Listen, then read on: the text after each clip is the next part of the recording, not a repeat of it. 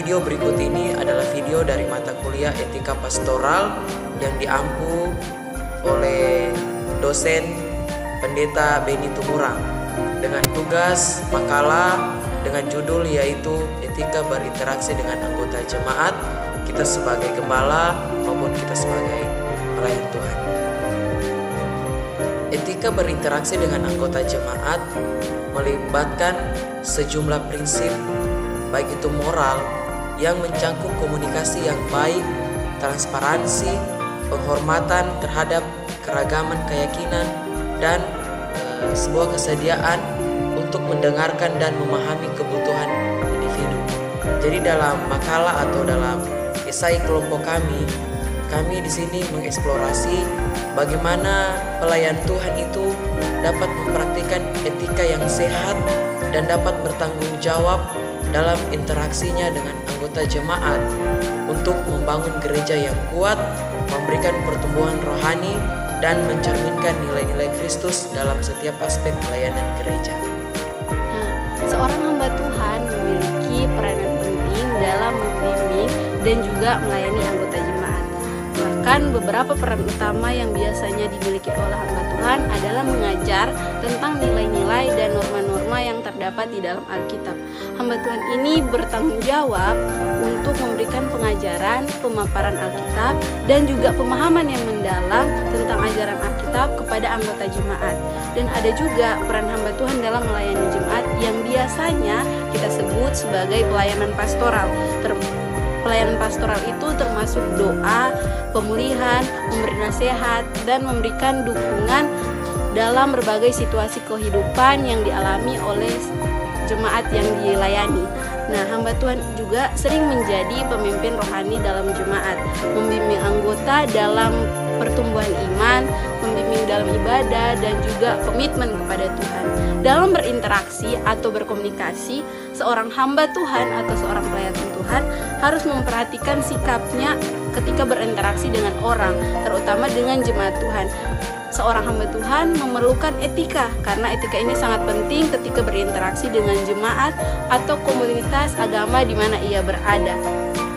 Dengan memperhatikan etika dengan baik dalam berinteraksi dengan jemaat, ini dapat memberikan contoh yang baik atau gambaran diri yang baik seorang hamba Tuhan kepada jemaat dan dapat membangun kepercayaan antara seorang pelayan Tuhan dan juga jemaat yang ia layani.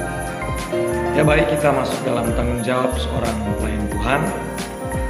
Seorang pelayan Tuhan harus memiliki tanggung jawab untuk memimpin, mengajar, dan membimbing anggota jemaat. Dalam konteks ini, etika berinteraksi dengan anggota jemaat mencakup satu keterbukaan, Efesus 4:15. Seorang pelayan Tuhan harus bersikap terbuka terhadap pertanyaan, masukan, dan juga kebutuhan anggota jemaat. Keterbukaan menciptakan lingkungan yang memungkinkan komunikasi yang sehat. Keterbukaan yang didasarkan pada kasih merupakan ciri dari komunikasi yang sehat dan mendukung pertumbuhan rohani. Keterbukaan adalah prinsip etika yang sangat penting dalam interaksi seorang pelayan Tuhan dengan anggota jemaat. Ini mencerminkan sikap terbuka dan penerimaan terhadap pertanyaan, masukan, serta kebutuhan anggota jemaat. Seorang pelayan Tuhan harus siap menerima berbagai jenis pertanyaan, bahkan yang mungkin mengenai ketidakpahaman atau keraguan terkait iman. Keterbukaan membantu menciptakan lingkungan yang aman dan mendukung, di mana anggota jemaat merasa bahwa mereka dapat mengungkapkan perasaan, pemikiran, dan pertanyaan mereka tanpa takut dicemoohkan atau diabaikan. Dengan bersikap terbuka, pelayan Tuhan juga memfasilitasi pertumbuhan rohani anggota jemaat. Mereka memberikan ruang bagi anggota jemaat untuk mendekatkan diri kepada Allah dengan kepercayaan dan ketenangan. Ini juga menciptakan peluang untuk memberikan pengajaran dan pemahaman yang lebih baik tentang ajaran agama yang pada akhirnya dapat memperdalam iman dan pemahaman anggota jemaat.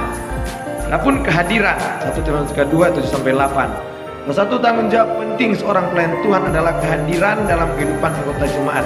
Ini melibatkan ketersediaan pelayan Tuhan untuk hadir dalam berbagai aspek kehidupan anggota jemaat, baik dalam momen sukacita maupun kesedihan. Pelayan Tuhan harus hadir dalam momen sukacita anggota jemaat, seperti kelahiran, pernikahan, dan lain sebagainya. Dengan menghadiri dan berbagi dalam momen-momen bahagia ini, pelayan Tuhan memperlihatkan dukungan dan kasih kepada anggota jemaat. Ini juga menciptakan ikatan yang lebih erat antara pelayan Tuhan dan jemaat. yang berkontribusi pada kesatuan dan kebahagiaan dalam komunitas gereja. Di sisi lain, pelayan Tuhan juga harus hadir ketika anggota jemaat mengalami kesedihan seperti kehilangan orang yang dicintai, permasalahan kesehatan atau ketidakpastian dalam kehidupan. Dalam situasi ini, hadiran pelayan Tuhan memberikan dukungan emosional dan rohani yang sangat dibutuhkan. Adapun etika berinteraksi. Dalam berinteraksi dengan anggota jemaat, seorang pelayan Tuhan harus memperhatikan prinsip-prinsip etika seperti: pertama, berbicara dengan kasih. Kolose 4 ayat 6. Bahasa yang digunakan harus mencerminkan kasih dan hormat kepada orang lain. Hindari bahasa kasar atau merendahkan. Yang kedua, mendengarkan dengan penuh perhatian. Yakobus 1:19. Seorang pelayan Tuhan harus mendengarkan anggota jemaat dengan penuh perhatian tanpa menginterupsi atau menghakimi. Dan yang ketiga, rahasia. Amsal 11:13. Pelayan Tuhan harus menjaga kerahasiaan percakapan pribadi dengan anggota jemaat. Ini adalah kepercayaan yang harus dihormati. Pelayan Tuhan harus menjadi tempat yang aman bagi anggota jemaat untuk berbagi. Yang keempat, ada sebuah keseimbangan antara otoritas dan kerendahan hati. 1 Petrus 5. Pelayan Tuhan harus menemukan keseimbangan antara memberikan arahan dan menunjukkan kerendahan hati.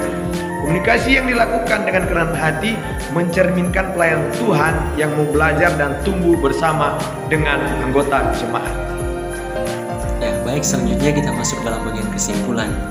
Dan di sini seorang pelayan Tuhan memiliki tanggung jawab yang besar untuk membimbing, mengajar, dan merawat anggota jemaat yang dipimpinnya. Nah, dengan menerapkan etika yang sehat dan bertanggung jawab, seorang pelayan Tuhan dapat membangun gereja yang kuat, memberikan pertumbuhan rohani, serta mencerminkan nilai-nilai Kristus dalam setiap aspek pelayanan gereja. Nah, etika komunikasi yang dipandu oleh kasih dan rasa hormat memperkuat ikatan antara pelayan Tuhan dengan jemaat, serta membangun kepercayaan dan menciptakan komunitas yang sehat dan penuh dengan kasih. Nah, demikian hasil presentasi video dari kelompok kami. Terima kasih. 1 Korintus 16 ayat 23. Kasih karunia Tuhan Yesus menyertai kamu.